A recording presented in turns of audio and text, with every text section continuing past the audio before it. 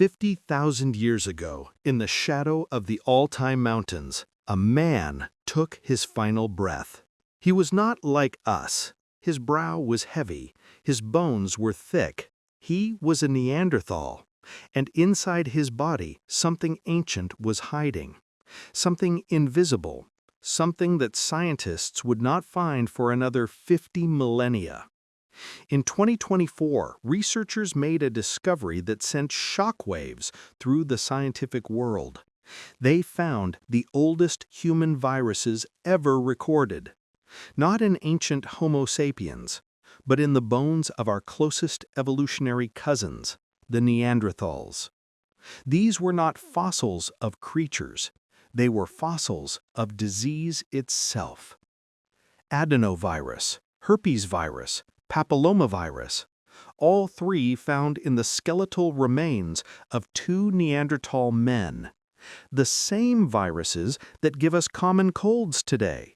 The same viruses that cause cold sores and certain cancers. But why does this matter? What can ancient infections tell us about ourselves? And, more importantly, could these microscopic invaders explain one of history's greatest mysteries? The year was 2007. Russian archaeologists were exploring a limestone cave in southern Siberia. Chagorskaya Cave sits 19 meters above the Charish River. It faces north. The winds that blow through are cold and unforgiving. But 50,000 years ago, this cave was home. Inside, researchers found something extraordinary. Not just stone tools or animal bones. They found Neanderthal remains. 74 fragments in total. Teeth, finger bones, jaw pieces. The largest collection of Neanderthal fossils ever discovered in Siberia. These were people who lived at the edge of the known world. 3,000 kilometers from their European relatives. They hunted bison across frozen steppes. They made sophisticated tools. They survived in one of the harshest environments on Earth. For years, scientists studied their DNA. They mapped their genomes. They learned about their lives and their deaths. But hidden within that genetic code was something no one expected to find. A secret that had been waiting in the darkness for 50,000 years. Marcelo Briones is a molecular biologist at the Federal University of São Paulo in Brazil. He specializes in something called ancient DNA. This is genetic material extracted from specimens that are thousands of years old. It is fragmented, damaged, incredibly difficult to work with. But Briones had a theory. Scientists have long debated why Neanderthals went extinct. Climate change, competition with modern humans, volcanic eruptions, all have been suggested. But what if the answer was something smaller, something invisible to the naked eye? Briones wanted to prove that viral infections could be detected in Neanderthal remains. If viruses contributed to their extinction, there should be evidence. The genetic fingerprints of ancient disease should still exist within their bones. So he and his team began searching. They analyzed raw DNA sequences from the Chagorskaya skeletons. They were looking for something specific, 3 types of viruses that cause lifelong infections in humans. Viruses that hide inside cells and stay dormant for years. What they found would rewrite our understanding of ancient disease. The team identified remnants of 3 viruses in the Neanderthal bones. Adenovirus. This causes common colds and respiratory infections. Herpes virus, the culprit behind cold sores and conditions like mononucleosis. And papillomavirus, a sexually transmitted infection linked to cervical cancer. These findings broke a record. The previous oldest human virus came from a 31,000-year-old Homo sapiens tooth found in Siberia. The Neanderthal viruses were nearly 20,000 years older. But how could the researchers be certain? Ancient DNA samples are easily contaminated. A cough from a modern researcher, a touch from an ungloved hand. These could introduce modern viruses into ancient specimens. Briones was careful. His team compared the genetic sequences to modern viral strains. None of them matched. The ancient viruses showed patterns of damage consistent with 50,000 years of degradation. The mutations were different from anything circulating today. This was not contamination. These viruses were authentic, and they painted a picture of Neanderthal life that no one had seen before. Finding 3 viruses in a single individual might seem surprising, but Briones explains that it is actually expected. These are highly contagious pathogens. They spread through social contact, coughing, touching, intimate relationships. Modern humans encounter roughly 10 different viral species during their lifetimes. Neanderthals were social creatures. They lived in small family groups. They cared for their sick and injured. They buried their dead with ceremony. If one member of a group became infected, the virus would spread quickly through the community. The herpes virus is particularly telling. Once you contract it, you have it for life. It hides in nerve cells, reactivating periodically. The papillomavirus spreads through sexual contact. Its presence suggests that these Neanderthals had intimate relationships with infected individuals. These were not abstract statistics. These were real people who suffered real illnesses.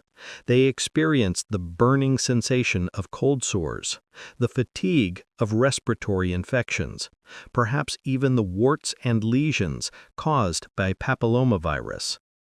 For the first time, we could glimpse the medical history of our ancient relatives. But this discovery raised a much larger question, one that scientists have debated for decades. What really killed the Neanderthals? They had thrived for over 200,000 years. They survived ice ages. They adapted to changing climates. They spread from Portugal to Siberia. Their brains were actually larger than ours. They created art. They made jewelry. They used fire and built shelters. Then, around 40,000 years ago, they simply vanished. Within a few thousand years, every single Neanderthal was gone, replaced entirely by modern humans. The species that had dominated Europe for millennia disappeared like smoke in the wind. Various theories have been proposed. Perhaps we outcompeted them for resources. Perhaps climate change destroyed their hunting grounds. Perhaps a massive volcanic eruption devastated their populations. But there is another possibility, one that the Shigirskaya viruses support. What if the real killer was something far smaller than any predator? Something that traveled silently from person to person? The theory was first proposed in 2010 by German virologist Horst Wolf and American biologist Alex Greenwood. They suggested that when modern humans migrated out of Africa, they carried deadly pathogens with them, diseases that Neanderthals had never encountered.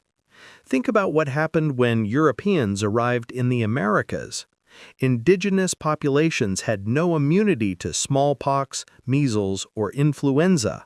Millions died. Some estimates suggest that 90% of native populations were wiped out by disease alone. Could something similar have happened to Neanderthals?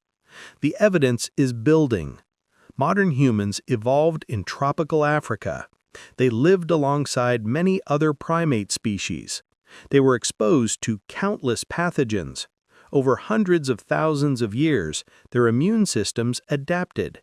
They developed resistance to diseases that would be deadly to others. Neanderthals, meanwhile, had been isolated in Eurasia for over 200,000 years. Their immune systems had adapted to European pathogens. When modern humans arrived carrying African diseases, it may have been catastrophic. Dr. Charlotte Holdcroft from Cambridge University has studied this possibility extensively. She points out that many infections likely passed from humans to Neanderthals. Tapeworm, tuberculosis, stomach ulcers, types of herpes. all chronic diseases that weaken rather than kill outright. These would not have caused immediate death. Instead, they would have slowly degraded Neanderthal health. Weakened hunters struggled to find food. Sick mothers struggled to raise children. Communities already living on the edge faced mounting pressure. Holdcroft describes a slow collapse rather than a sudden extinction. Small bands of Neanderthals experiencing their own infection disasters, each outbreak weakening the group just a little more, each generation smaller than the last. And there is another factor. Neanderthals lived in groups of only 15 to 30 individuals. Their populations were scattered and isolated. Even minor health problems could tip the balance toward extinction. Unlike modern humans who lived in larger communities, they had no safety in numbers. The viruses found in Shigurskia may have been part of this deadly cascade. But the story is more complicated, because Neanderthals and modern humans did not simply compete. They interacted, they traded, they communicated, and most importantly, they had children together. We know this because Neanderthal DNA lives on inside us. People of European and Asian descent carry between 1 and 4% Neanderthal genetic material. People of African descent carry roughly 0.5%. Our ancestors and Neanderthals were similar enough to produce viable offspring. Stanford researcher Gilly Greenbaum has modeled how disease transmission might have worked between the two species. His findings are fascinating. Initially, each group carried unique pathogens. Entering enemy territory meant exposure to unfamiliar diseases. This created what Greenbaum calls a disease barrier. Neither side could safely expand into the other's region. For tens of thousands of years, humans and Neanderthals coexisted in a narrow contact zone, the Levant region of the Middle East. Both populations stayed relatively stable, neither advanced nor retreated. Then, something changed. Interbreeding may have been the key that unlocked the stalemate. When humans and Neanderthals had children together, those hybrid offspring carried immune genes from both parents. These protective genes slowly spread through both populations. Gradually, the disease burden lifted. Humans acquired enough immunity to venture deeper into Neanderthal territory. They no longer faced the same devastating health consequences. But there was a crucial asymmetry. Modern humans carried more virulent tropical diseases. The disease burden from Africa was simply heavier than what Neanderthals could throw back. As Greenbaum explains, by the time humans were largely freed from Neanderthal diseases, Neanderthals were still vulnerable to human pathogens. And as humans expanded, they encountered Neanderthal populations that had never interacted with them, groups with no protective genes whatsoever. These isolated communities faced the full force of unfamiliar infections. With no immunity and no time to adapt, their populations would have collapsed rapidly. The same pattern repeats throughout human history. First contact with isolated populations rarely ends well for the isolated. There is another dimension to this story. Neanderthals had low genetic diversity. Their populations were small and scattered. They rarely encountered outsiders. This made them especially vulnerable to disease. Genetic diversity is like insurance against pathogens. When a virus attacks, some individuals will have natural resistance. They survive and pass on their protective genes. But when genetic diversity is low, entire populations can be wiped out by a single pathogen.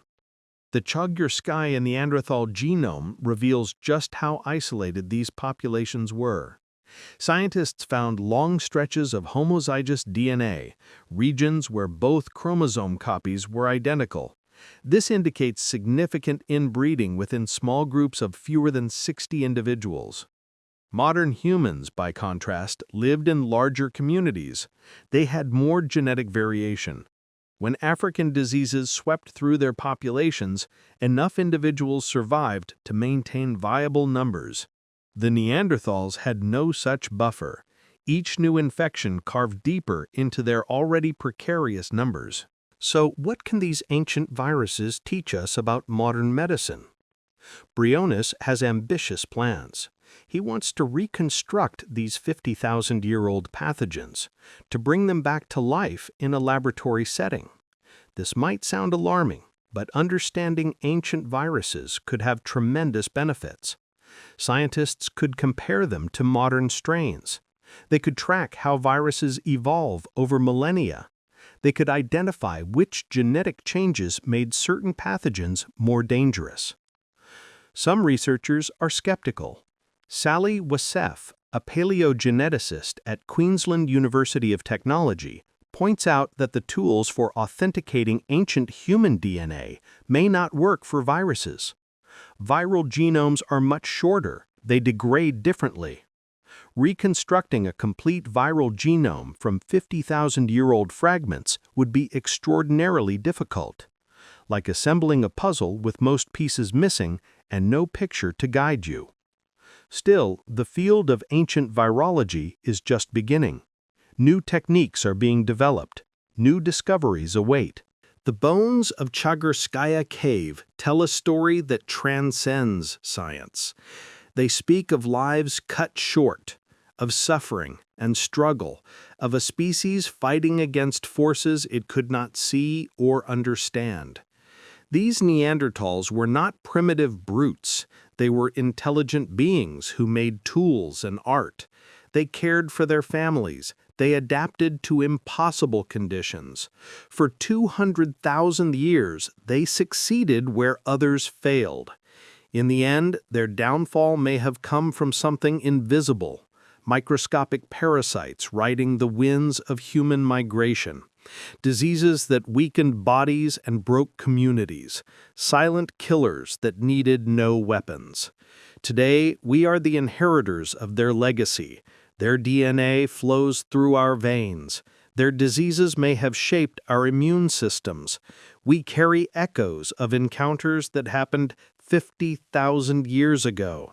When we study these ancient viruses, we are studying ourselves, our vulnerabilities, our resilience, our shared history as primates, on a planet filled with microscopic life. The cave still stands in the Altai Mountains. The wind still blows through its chambers, but the Neanderthals are gone. Only their bones remain. And now, thanks to groundbreaking science, their viruses remain too. This discovery is not an ending, it is a beginning. As techniques improve, scientists will find more ancient pathogens. They will map the infectious diseases that shaped human evolution. They will understand how our immune systems developed and why. Perhaps most importantly, they will remind us of something essential, that we are not separate from the natural world, that invisible forces have always shaped our destiny, that even the mightiest species can fall to the smallest enemies. The Neanderthals taught us this lesson 50,000 years ago. We would do well to remember it today. In an age of emerging diseases and global pandemics, their story carries a warning, and perhaps hidden within their ancient bones, a key to our survival. The search continues, the past speaks, and somewhere in the frozen earth of Siberia, more secrets wait to be found.